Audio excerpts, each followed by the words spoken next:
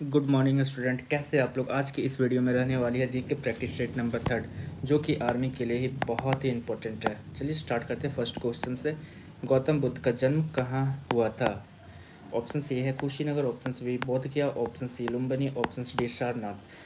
गौतम बुद्ध का जन्म लुम्बिनी में हुआ था। इस तरह आपका राइट आंसर हो जाएगा लुम्बिनी। सारनाथ में सबसे पहले उपदेश दिए थे, प्रथम उपदेश गौतम बुद्ध यहीं पे दिए थे।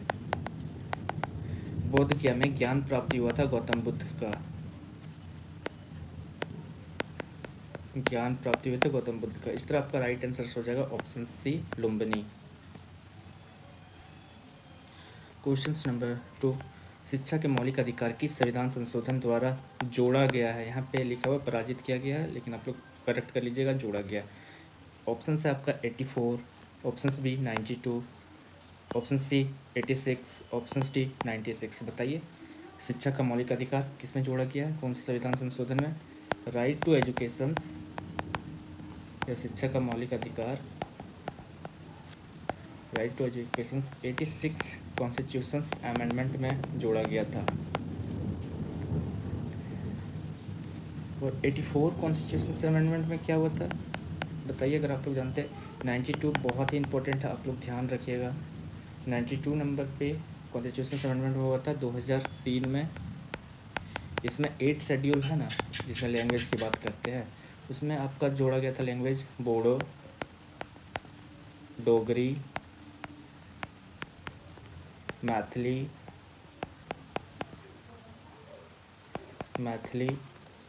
और संथाली। ये 4 लैंग्वेज को जोड़ा गया था 8 शेड्यूल के अंतर्गत में 92 कॉन्स्टिट्यूशन अमेंडमेंट के अकॉर्डिंग।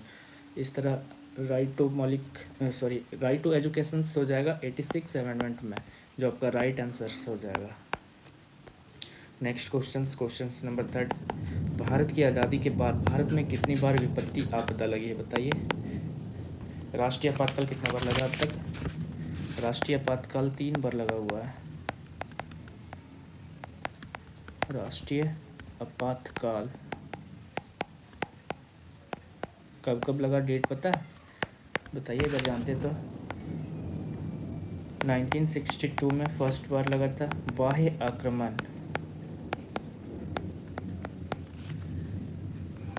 1971 में लगा था बाह्य आक्रमण, जो पाकिस्तान के युद्ध के समय लगा था। ये चीन के टाइम लगा हुआ था, जब चीन में युद्ध हुआ, मतलब भारत और चीन का युद्ध हो रहा था, तब लगा हुआ था। और 1971 में भारत और पाकिस्तान, और लास्ट लगा था 1975 में आंतरिक अशांति के कारण लगा था।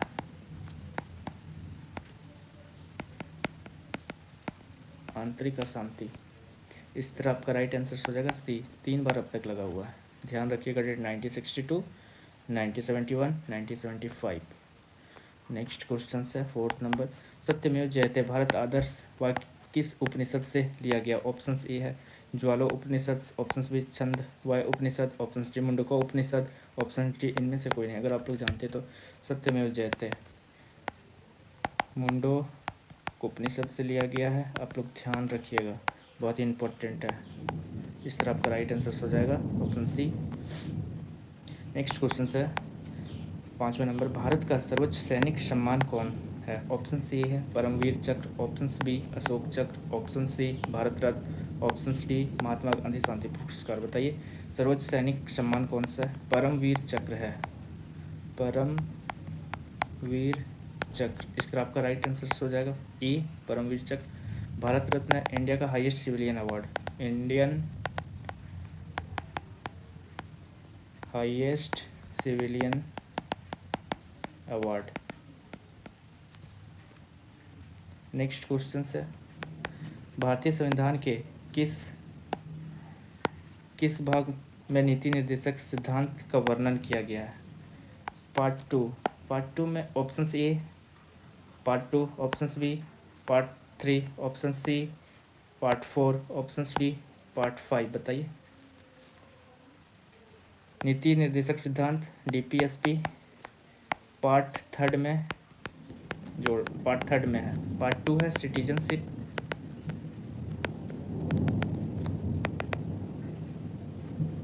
सॉरी, इसमें मेरे से मिस्टेक हुआ है, आप लोग ध्यान रखिएगा। नीति निर्देशक सिद्धांत का वर्णन पार्ट 4 में किया गया। डीपीएसपी का वर्णन पार्ट 4, पार्ट थर्ड में वर्णित है फंडामेंटल राइट।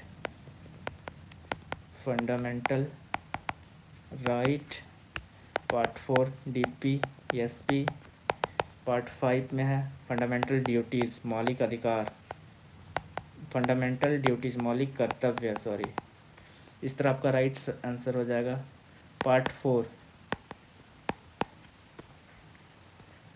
नेक्स्ट क्वेश्चन है, समुद्र मार्ग से भारत की खोज सर्वप्रथम किस देश के नाविक ने किया था? बताइए अगर आप लोग को पता है आंसर तो। ऑप्शन सी है पुर्तगाल, option B Dutch, option C France, option D England. बताइए भारत की खोज सर्वप्रथम किस नाविक ने किया था? बताइए क्या होगा, बताइए क्या होने वाला है? भारत की सर्वप्रथम खोज पुर्तगाली नाविक किया था। पुर्तगाली नाविक जिनका नाम था वास्को डी गामा।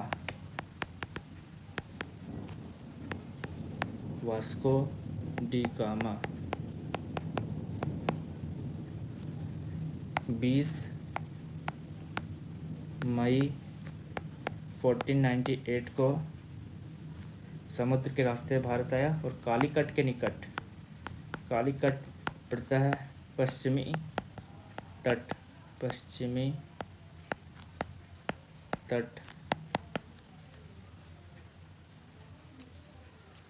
इस तरह आपका आंसर हो जाएगा पुर्तगाल, राइट आंसर हो जाएगा। नेक्स्ट क्वेश्चन है, भाखड़ा नंगल बहुउद्देशीय परियोजना किस नदी पर है? बताइए। ऑप्शन सी है सिंधु नदी, ऑप्शन बी रावी नदी, ऑप्शन सी व्यास नदी, ऑप्शन डी सतलज नदी। आपसे पूछा भाखड़ा नंगल बहुउद्देशीय परियोजना सतलज नदी पे है, जो आपका राइट आंसर हो जाएगा। व्यास नदी पे है व्यास परियोजना।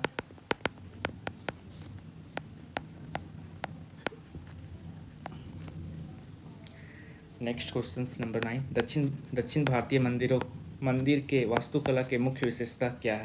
ऑप्शन सी कलश, ऑप्शन बी स्तूप, ऑप्शन सी गोपुरम, ऑप्शन डी ध्वज। दक्षिण भारतीय मंदिर का वास्तुकला मुख्य विशेषता क्या है? दक्षिण भारत में अधिकतर मंदिर ना, जैसे ये मंदिर है, रफ डायग्राम में मंदिर का, और ये बाउंड्रिंग है, दीवार है। तो जो प्रवेश द्वार होता है ना, ये प्रवेश द्वार है, ये मान लीजिएगा इसका नाम है गौपुरम।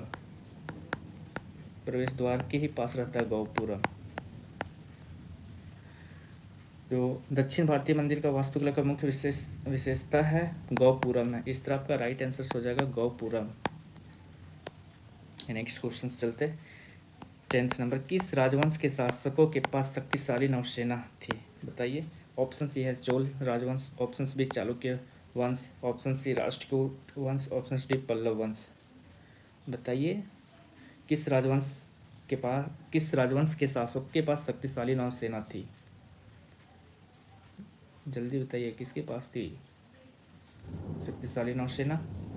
चोल राजवंश के पास शक्तिशाली नौसेना थी। इस तरह आपका राइट आंसर हो जाएगा ए।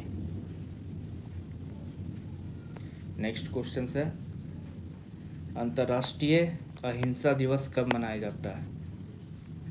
बताइए अंतर्राष्ट्रीय अहिंसा दिवस कब मनाया जाता है? 16 मई को मनाते हैं international day of living together in peace. International day of living together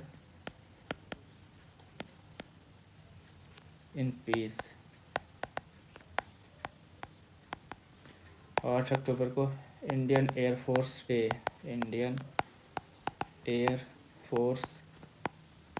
day, भारतीय वायुसेना दिवस। 2 अक्टूबर को मनाते हैं अंतर्राष्ट्रीय अहिंसा दिवस।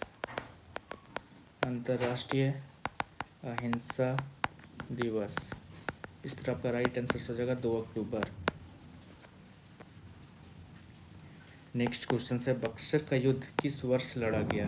ऑप्शन सी 1560 ईस्वी, ऑप्शन बी 1773 ईस्वी, ऑप्शन सी 1553 ईस्वी, ऑप्शन डी 1764 ईस्वी। बताइए कब लड़ा गया बक्सर का युद्ध? बक्सर का युद्ध 22 अक्टूबर 1764 ईस्वी को लड़ा गया था। इसमें British East India company versus Bengal का नवाब मीर कासिम और अवध के नवाब शुजा उद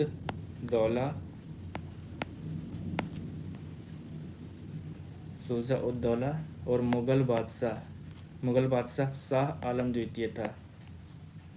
शाह आलम द्वितीय, जिसमें कंपनी की जीत हुई थी, ईस्ट इंडिया कंपनी जीता था और ये 22 अक्टूबर 1764 ईस्वी को हुई थी। इस तरह आपका राइट आंसर हो जाएगा ऑप्शन डी। नेक्स्ट क्वेश्चन है, विश्व दूर संचार दिवस किस तिथि को मनाया जाता है?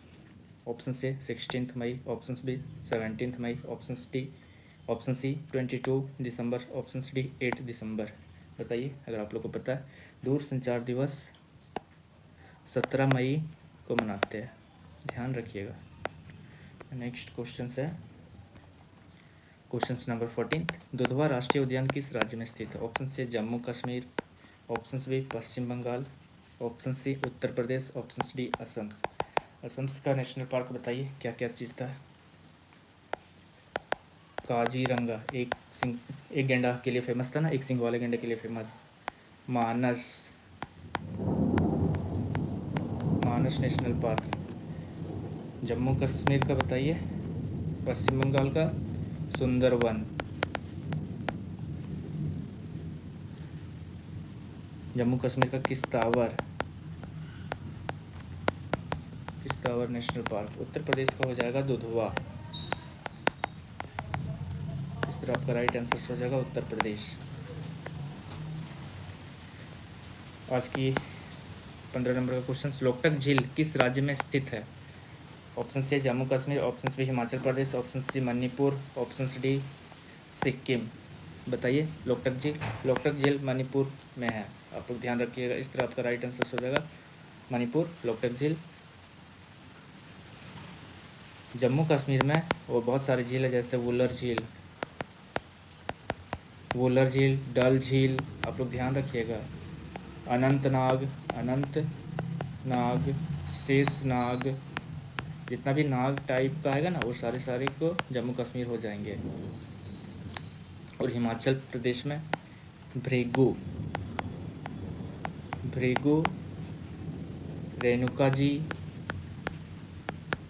रेणुका जी झील, सूरजताल और चंद्रताल, ये सारे के सारे झील हिमाचल प्रदेश में है। लोकटक झील मणिपुर में है, आप लोग ध्यान रखिएगा। इस तरह आपका राइट आंसर हो जाएगा। आज की होमवर्क, आज की लास्ट क्वेश्चंस जो आप लोग के लिए होमवर्क है, भारत का प्राचीनतम पर्वत कौन है? Option C Himalaya, option B Aravalli, option D Nilgiri, option D Satpura. बताइए, ये होमवर्क है, आप लोग कमेंट बॉक्स में बताइएगा मुझे।